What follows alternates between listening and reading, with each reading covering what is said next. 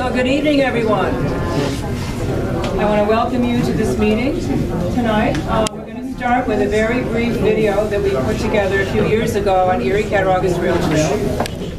So turn up the volume a little bit, and very brief video, kind of an overview of our whole view of the trail, and then we'll get going with a PowerPoint. And yeah, so we're at it. Go. That better? You want to play? Yeah, good. Yeah, go.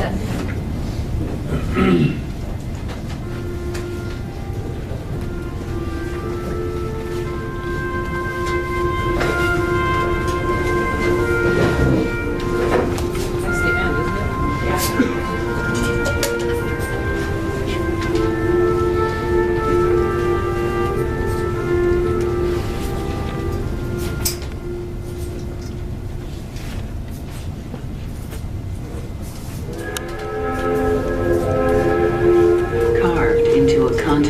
Natural wonders, the great patchwork of our nation was stitched together by railroads.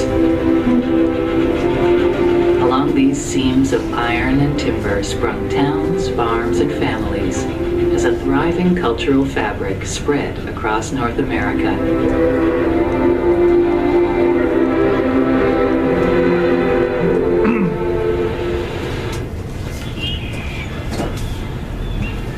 Though the click and low rumble of many of these rails have fallen silent over the years, and the deep caverns of forest branches no longer fill with rising billows of steam, the passageways remain. Vestiges of this industrial needlework endure, meandering through great forests, along curving rivers and quiet lakes, through wetlands and meadows, still linking communities together. Today, all across America, these former railways are being transformed into community trails, bringing with them improved quality of life for the people up and down the line, and economic vitality for local businesses, villages, and towns.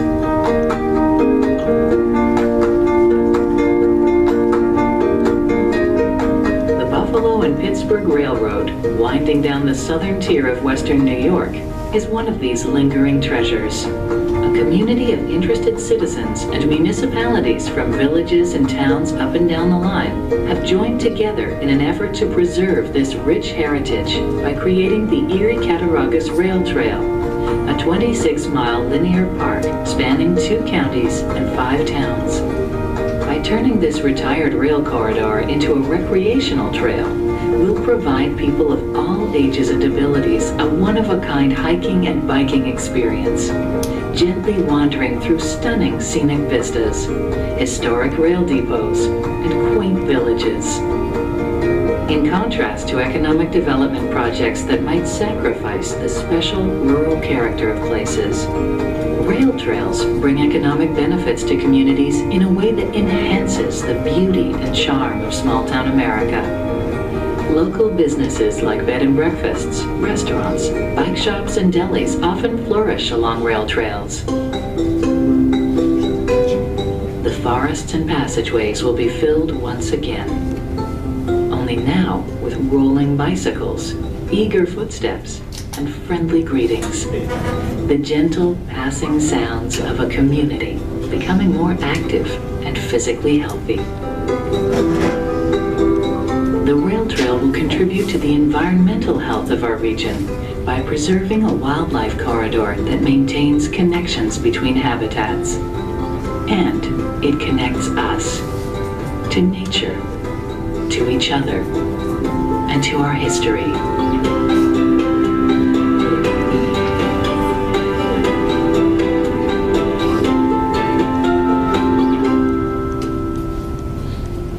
Join us.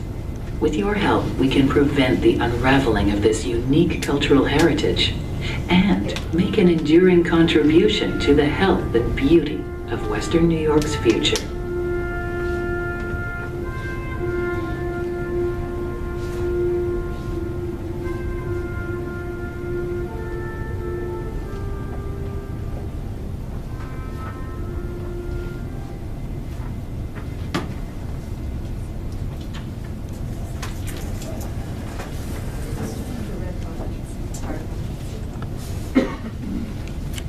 So first let me say we are so very glad that you are all willing to spend some time with us this evening to learn about our plans to develop a multi-use recreational trail along the former Buffalo-Pittsburgh rail line here in the South Towns. This is Erie Cattaraugus Rail Trail's 4th presentation, and the first one to specifically invite Orchard Park folks who live adjacent to the rail corridor. So I know tonight we have both supporters and those who have some doubts, some fears, maybe some misconceptions, perhaps some misinformation about Erie Cattaraugus Rail Trail, the agreement we have with the railroad, and our plans and visions for the future trail.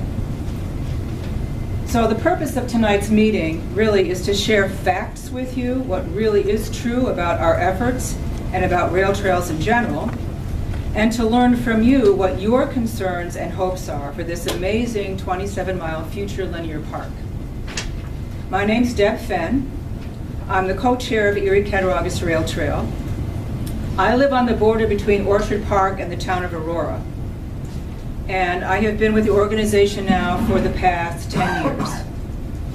I have a background in public relations and marketing, and also taught history and English the last 12 years of my working life at West Valley Central School in the town of Ashford. So I traveled the entire corridor every day, back and forth, for 12 years. Other members of our board have joined me here tonight. If you'd all raise your hands so people can see where you are. Okay, that's great. They are your neighbors, and they're here to help answer questions during the question and answer segment of the program, or to speak with you after the program if you have specific individual concerns or questions about your particular property. As you most likely read in your invitation, there are some basic rules about tonight's meeting. Some opportunities I want to clarify with you before we begin.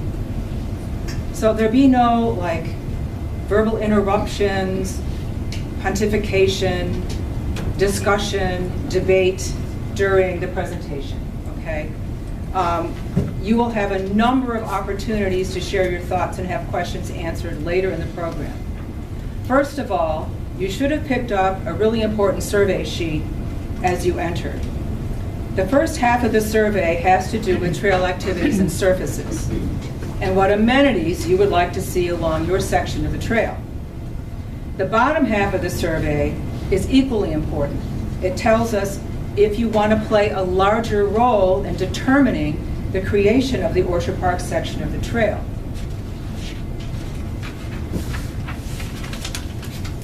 We absolutely want your input and your participation in trail planning. So this survey to us, and I hope to you, is critically important. So in addition to this very important survey, you should have found a half a sheet of paper on your seats. As we go through our brief PowerPoint presentation tonight, if questions arise that are not answered by us, jot them down. We'll collect all of your questions during a 10-15 minute break and answer those questions after that break. So everybody gets a chance to have questions asked and answered. Also during the break, you'll see some panels up there, some sheets of paper. It's an interactive wall. So there's some sticky notes there on that table and some magic markers. And there are 3 different sections. So it's another opportunity for you to share information or concerns or whatever about this trail. The first panel says, I am most excited about this trail because. The second panel says, this trail will be successful if. And the third panel says, questions I have about the trail. So feel free to jot down on sticky notes all of your questions, whatever, and put them in the place you want to have them placed. So after the break, we'll answer as many of your questions as we possibly can. This way, everybody has an equal opportunity to participate. So there's lots for you to do tonight. My goal is to have you out of here by 8:30. That's the goal. Erie Cattaraugus Rail Trail, Pat, tomorrow.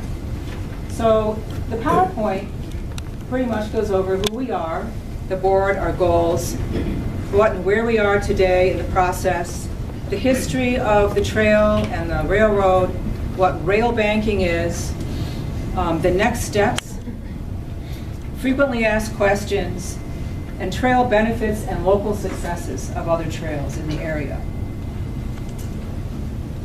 So Erie Cattaraugus Rail Trail Organization is a not-for-profit 501c3. We were formed in 2008 to preserve a 27-mile former Buffalo and Pittsburgh rail line and convert it to a linear park for multiple recreational and educational activities. Our board of directors either live or work in your neighborhood. We are members of your community who care deeply about the value of recreation, community, nature, and historic preservation. Our dedicated board has a wide range of skills and abilities, and we always look for interested folks to join our team. We are a group of professionals. In fact, I've never worked with a board of directors with more professional level people on it than this particular board. We have diverse management experience across a number of disciplines. The board consists of MBAs, civil engineers, CPAs, attorneys, pipeline engineers, educators, communication professionals, medical doctors, highway contractors, insurance executives, local business owners, elected representatives, land use planners, contract administrators, trail managers from neighboring towns, railroad historians, and community liaisons. So this group will be working with architects and designers that have proven trail experience to develop and construct this trail. Our goals. We'd like to provide a safe place for people of all ages and abilities to enjoy nature and outdoor recreation. The historic preservation of this former rail corridor is extremely important to us. We want to encourage economic and community development through trail-related activities while we build closer, stronger connections within and across villages and counties. And lastly, of course, to improve the health and the well-being of the citizens of Western New York. We are committed to working with local citizens, groups, businesses, local stakeholders along the corridor to create a magnificent, enduring recreational trail to benefit us all. And we want your ideas on how to make this trail iconic and unique. So we'd love to have you join our team. What we are. Well, Erie Cattaraugus Rail Trail is a 27-mile former rail line in Western New York in the South Towns, being converted into a multi-use linear park and trail. We are part of the 2010 New York State Trail and Greenway Long Range Plan, and we want to provide safe, long-distance hiking and biking and other activities along this corridor. Where is this trail? Well, it begins right here in Orchard Park at the depot, and it travels south through the towns of Orchard Park, Aurora, Colden, Concord, and Springville. It ends in the town of Ashford. It features quaint villages, woodlands, significant wetlands, working farms, popular ski areas, and that breathtaking high trestle bridge at the end. It will certainly be, I think, the most beautiful and magnificent trail in all of Western New York once it's complete. A little bit about railroad history and how railroads get abandoned and all that kind of thing. So, railroad abandonment, let's read the trail for a second. Okay, 1869, I'm missing a page. That's okay. In 1869, the railway incorporated as the Rochester and State Line Railroad. In 87, it was renamed Buffalo, Rochester, and Pittsburgh Railway. In 1912, the depot was built, and I think 1913, the Springville Depot was built. They look very much like each other. In 1932, the B&P Railway was purchased by Baltimore and Ohio. Passenger train service ended on the line in 1955, and in '96, the last freight train ran on the line. So the history of the railroad really has to do with coal. There's a lot of coal production in Pennsylvania, and the railroad found a need in Buffalo and also Rochester, and even in Canada. There was great demands for coal. So that's when the railroad really became very active and important. And of course, over the years, the demand for coal diminished as we developed other forms of energy to heat our homes and businesses, as cars and trains and other modes of transportation became more popular. So over time, railroads were sold off, or they were combined, or they were abandoned.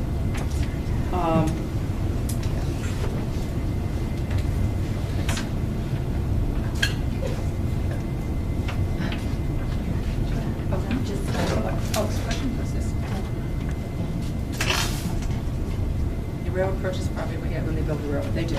That's later on. Okay. Next. Okay. So the railroads were merged, they were downsized or abandoned, and certain lines were completely not used anymore in an effort to be more profitable. So abandonment opened up the opportunity for the creation of Erie Cattaraugus Rail Trail. And abandonment means that rail service has ceased, but the property is not abandoned. In the case of Buffalo and Pittsburgh Railroad, the property is still owned by the railroad, and it's fee simple just about down the entire corridor. And they hold title to this corridor. So there's been some confusion about what abandonment means. And there are cases where railroad owners leased railroad property from others. So when the service was abandoned in those cases, the property reverted back to the original owner. That is not the case with the Buffalo-Pittsburgh Railroad. They own the property now, and they will remain the owners of the property. And because rail service is interstate, the Federal Surface Transportation Board decides where and when service can end on a railroad. So in 2008, Erie Cattaraugus Rail Trail was formed to support, in this case, Western New York and New York State Parks, because they were first and foremost interested in acquiring this corridor when it was abandoned. And then in 2012, New York State Parks turned over direct negotiations to Erie Cattaraugus Rail Trail. We were in fact supporting New York State Parks initially when they were interested in acquiring the corridor. And then around 2011, 2012, for financial reasons, they were cut back quite a bit by New York State in terms of funding. They were down in terms of staff. Their staff was quite low. And they were working on a couple of projects that were giving them some trouble. So they looked at Erie Cattaraugus Rail Trail and said, we just don't have the bandwidth to move forward with this. So we're going to pass it on to Erie Cattaraugus Rail Trail. You can negotiate directly with the railroad to acquire this corridor. Okay, so what is happening today? So in July 2018, this long-term rail banking lease between Erie Cattaraugus Rail Trail and Buffalo-Pittsburgh Railroad was finally finalized. The purpose of the contract is to preserve the corridor and to build and maintain a multi-use recreational trail along the full 27-mile former rail corridor. So rail banking is a federal statute passed by Congress over 20 years ago to protect the linear integrity of our country's infrastructure, to make sure that these valuable rail corridors were not broken up, but rather preserved and maintained. So most often when railroads get permission from the Federal Surface Transportation Board to abandon a rail line or cease activity, they enter into agreements with organizations, sometimes towns, sometimes counties, sometimes groups like Erie Cattaraugus Rail Trail, to create alternative interim transportation networks. So this is not public land. The railroad continues to own the corridor and could at any time put in new fiber optic lines, water or gas lines, or theoretically rebuild the entire. What are the benefits? Erie Cattaraugus Rail Trail will be the first safe, off-road bicycling trail in the Western New York South Towns. Right now, if any of you are bikers, you know there is no safe place to ride a bike in the South Towns. And if you have children, it's especially troubling. I know we have some neighbors that bought their kids, tricycles and bicycles when they were younger, but as soon as they're on two-wheel bikes and they want to take off and visit, Johnny in the next neighborhood, their parents say, no, no, no, no, you can't ride your bike, it is not safe. So they end up putting the bikes in the car and traveling to Clarence or Cattaraugus or someplace where it's safe to ride a bike. But right here, right now, there's no safe place to ride a bike. So Erie Cattaraugus Rail Trail will be a significant recreational, historic, economic, and environmental asset to the communities it serves, the Western New York South Towns and the entire region. We want to preserve access to an environmentally friendly corridor. It's a very important wildlife corridor as it is. The trail will enhance economic development by boosting spending at local businesses, attracting new businesses, and yes, increasing property values. I'll get to that a little later. So what are our next steps? Well, we're having meetings like this one with local governments, with community residents, adjacent neighbors, stakeholders up and down the corridor to encourage community involvement in design, construction, and various uses of this trail. We want to gather information regarding trail design and preferences. We need to know this information from you. Historic, ecological, and economic assets. Concerns and questions you may have about the trail. Funding will be sought to produce community-specific plans, which will be integral to the trail development. For example, if you've ever been on the Victor Menden Trail, the Victor portion of the trail is basically for bikes and hikers and walkers and geocachers. And then you get to the Menden section of this very long trail, and it's suddenly two trails. There's horseback riding here, and then there's bicycling here, and the surface of the trail has changed. So every community should have a say in what they want on this trail. Okay. So when will construction start? Well, the Springville Pop Warner section of the trail is now open and welcomes visitors. The remainder of the trail will be probably built in sections, dependent on the ease of construction, access, support, and funding.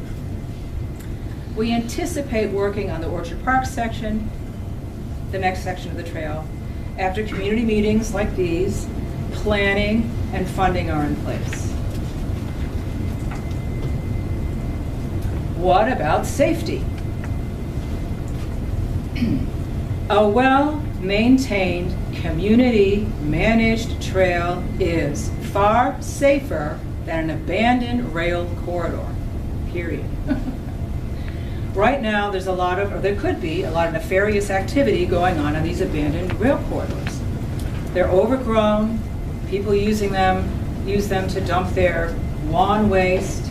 I've heard stories of people on motorcycles on the trail, people parking abandoned cars. There's one place where I think there's a dead refrigerator on the trail someplace, I don't know. And it attracts activity that you don't want when it's abandoned. If there's no eyes on the trail and no rules on the trail, there are no rules on the trail. It can be very dangerous. So immediate signage has been put up along this trail by us, directing people to Springville now to use the trail, because the rest of the trail as it is now is not safe. It's not finished, it's not polished, it's not open, it's not safe. The trail will be open once it is open, dawn to dusk. So we're not going to have the trail open during the evening hours. Also, rules will be posted, telephone numbers to contact when the trail is open. Now, a National Park Survey, recently, National Parks did a survey of 372 trails across the country. So not just 372 trails, but multiply that by 2 or 3, the number of communities that these trails go through. It concluded that stories of trails attracting drug dealers, murderers, rapists were perpetuated largely by trail opponents, with only a handful of newspaper headlines to back their assertions, rather than empirical research. Research found that converting an abandoned rail corridor to a rail trail reduces crime by cleaning up the landscape and attracting people who use the trail for transportation and recreation. So cyclists on bikes are not interested in lingering in neighborhoods. They're not interested. They're headed for specific destinations.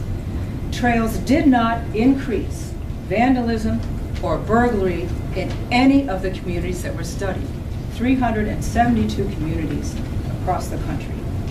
So Erie Cattaraugus Rail Trail, in addition to using neighborhood watch patrols, will coordinate with local police and first responders to ensure community safety is maintained and concerns are addressed. And if you take a look at Birdsong or the Chestnut Trail, Chestnut Village Trail, those combined trails are twice, well, they're longer than our trail is. And I don't think they have a heck of a lot of trouble on those trails. You have to ask the chief of police. I don't think so. How will the trail be funded? Another good question. We will fund the trail primarily through grants, fundraising events, and private donations. We are quite willing to name sections of the trail after anybody who wants to give a significant amount of money, the individual donors, that's possible too. Who will maintain the trail? Excellent question. Erie Cattaraugus Rail Trail is an all-volunteer organization with an active membership of over 6,000. We will be creating partnerships with local communities and individuals to customize, manage, and maintain the trail.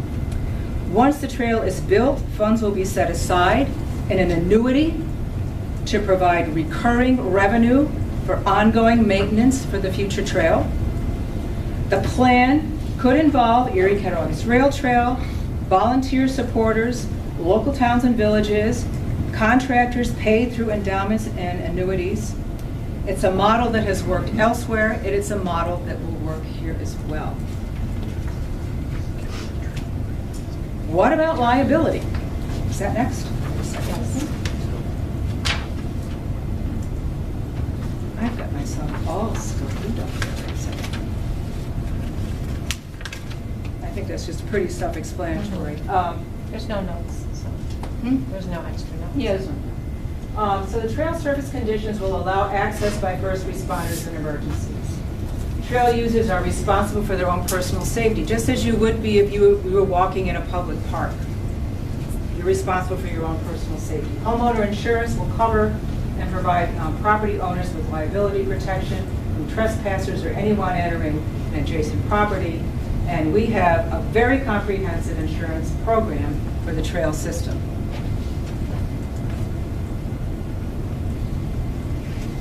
How will the trail impact privacy? I know this is a big concern for a number of people. Adjacent landowner concerns regarding privacy and safety are mitigated by sound design and regulation enforcement.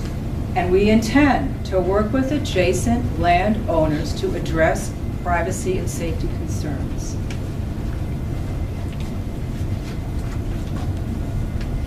Trail benefits. Active transportation improves mobility. Trail design and construction creates jobs. Trail-based tourism is an economic driver. Trails increase property values. Some fun facts. Trails are essential elements of any transportation system. Where trails have been prioritized, surrounding communities have benefited greatly from economic, quality of life, health, accessibility, and mobility improvements. In national surveys, time after time, consumers have repeatedly chosen trails and walkability as desired neighborhood amenities, boosting real estate values. Design, engineering, and construction of walking and bicycling trail create more jobs per dollar than any other type of transportation infrastructure construction. Americans spend more on bicycling every year than they do on airline travel.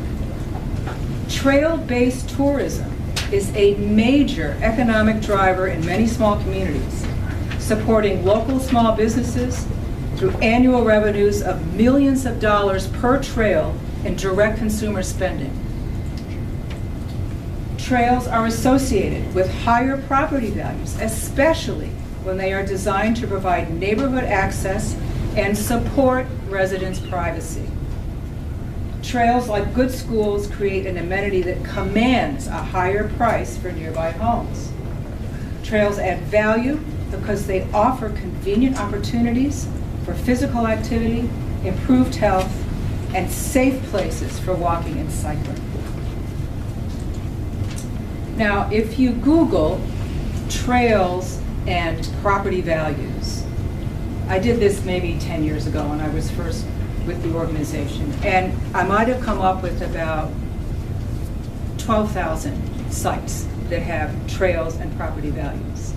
If you do that today, there are 24,800,000 sites that have to do with trails and property values. And the vast, vast majority of them are examples of how property values have increased. And I just have a few examples here, but I could do a whole presentation just on property. Outside of San Antonio, neighborhood trails and greenways were associated with a 2 to 5% house price premium. It's additional value in homes. The Miami Trail in Ohio, very popular trail, up to a mile away from the trail, property values increased by $7 per foot the closer the trail was to the property. The closer the trail was to the property, the higher the property value. Newcastle, Delaware, homes within 50 meters of bike paths commanded a 4% price premium, additional value. Metho Valley in Washington, homes within a quarter mile of trails benefited from a 10% price premium. The Burkham-Gillum Trail outside of Seattle, 2/3 of residents felt the trail increased quality of life and property values. There's a high level of support. Studies have concluded that concerns about decreased property values and increased crime are unfounded, and in fact, quite the opposite is true. We do have a person on our board who is in real estate who is currently calculating property value increases on the Peanut Line in Clarence. Now, if you've ever traveled the Peanut Line, you probably should. It's a beautiful trail.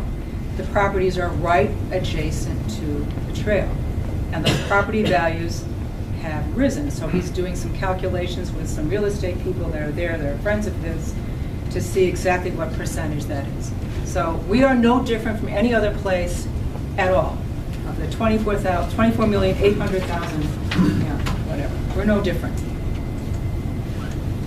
Economic and health impact. Now, I chose this trail because it's kind of like our trail. It's a little shorter, it's 18 miles, but it goes through suburban communities and also in the country. And it's kind of like what our trail might look like. So it's located on the Clarion River and Toby Creek trails. It's known as the Pennsylvania Wilds. They did a study there that concluded an estimated 20,761 annual user visits on that trail that result in a total economic impact of $897,593 in 2015. It's a lot of money. Trail users. It's not young kids that use the trail. If you're 56 to 65, 32% of people use the trail in that age group. If you're 66 and older, that would be me. 24%, 24.8, well, 25% of trail users look like me. They're over 65, yeah. 36 to 55, 23%. And it's pretty much balanced male to female. So really, 80%, over 80% of people are 36 years old or older. Not the kind of people interested in their property. They're just on the trail, has great recreation. 80% responded they had purchased some sort of durable goods, bikes, shoes, whatever, when they were on the trail. An average of like $477.44 per person was spent, and 74.6% purchased an average of like $20.40 worth of soft goods. That's sandwiches and something to drink. Minnesota Department of Transportation in 2014 conducted a bike-related survey, and they found that bike-related manufacturers and wholesalers, retailers, advocacy groups, the industry as a whole produced a total of $779.9 million in economic activity in the Minnesota, basically the Twin Cities area. It's a lot of money. They also did some health studies, and they found that bike commuting 3 times a week was linked to a 46% lower odds of metabolic syndrome, that's high cholesterol or high blood pressure or high blood sugar, 32% lower odds of obesity, and 28% lower odds of hypertension, all of which lower medical costs. So it's a pretty full study that they did in Minnesota on bicycling. Pretty complete. So why invest in trails? Why do this? A well-designed multi-use trail is a quiet economic generator. It's a place to exercise and enjoy nature. It's an asset that connects and strengthens community. This is Rick Lefebvre. He owns the Pat McGee Trail, and he's here tonight. If you have trail-related questions, how his trail functions and operates, he's here to answer those questions for you. He's the owner of the Pat McGee Trail. Senator Kathy Young, New York's 57th District, says trails breathe life into long, dormant rail rights-of-way, encourage exercise, and offer opportunities to explore ecological wonders that surround us. Since it opened in 2005, the Pat McGee Trail in Cattaraugus County has become an essential cultural and economic asset. Shops and restaurants in villages along the 12.2-mile trail reported an immediate boost in business once the trail opened. The trail is frequented by hikers, horseback riders, bicycle traffic in summers, snowmobilers, and cross-country skiers in the winter. The Pop Warner Trail, part of our trail in Springville. This is Mayor Krebs. The trail provides very exciting tours and possibilities and quality of life opportunities for Springville residents and visitors. The Erie Cattaraugus Rail Trail offers safe bicycling and walking in the village. We look forward to future links to Kissing Bridge and Crane Ridge, and to the magnificent views over the High Trestle Bridge just south of us. Pat Casilio, supervisor of the town of Clarence. He oversees the Peanut Line, which is 6.1 miles, and the Clarence-Newstead Line is 11 miles. One of the strongest assets in the town of Clarence has for its residents is our 11-mile rail trail. It is the most used asset in our park system. Thousands of people use trails every week. In fact, the trail has been so well received that we're now working with the town of Amherst, which also has an excellent trail system, to link them. Then our residents can bike to the Mab River, and theirs can pedal to Akron for ice cream. And lastly, town of Tonawanda, Joe Eminger, supervisor there. As you know, you've probably read a lot about the Tonawanda Trail because it's new. There are few projects that any elected official in any community can say are universally supported by the community, but this is certainly one of them. I had conversations recently with a resident who was against it while it was under construction. He now uses it all the time. If I've heard that comment once, I've heard it dozens of times. This person or that individual did not want this trail, was afraid of the trail. Once it's built, they use the trail. They love the trail. We have hundreds, if not thousands, in the town that use it spring through fall. The trail has definitely improved the town's overall wellness. We consider trails to be a valuable asset in our community. There are hundreds of national examples of successful rail trails. ECRT, Erie Cattaraugus Rail Trail, is 10 years into a 15 to 20-year development and stewardship process. We will proceed with a well-defined, professional trail design that will address participating town preferences and community compatibility, as well as environmental and safety concerns. Economic asset. that will repurpose an abandoned, overgrown, unsafe, hazardous corridor into a simple, beautiful, natural, linear park for community health and benefit. So, we've gone over who we are, what we're doing, our history, a little bit about the railroad, what rail banking is, the trail today, our next steps, frequently asked questions, trail benefits, and local trail successes. And that is my husband, Peter Fenn. On a trail, I think it might be the Pat McGee. He's an amputee. He uses a recumbent trike. He also has Parkinson's disease, so there's not a lot he can do in terms of exercise. But he loves getting on that bike and go, go, go. So that is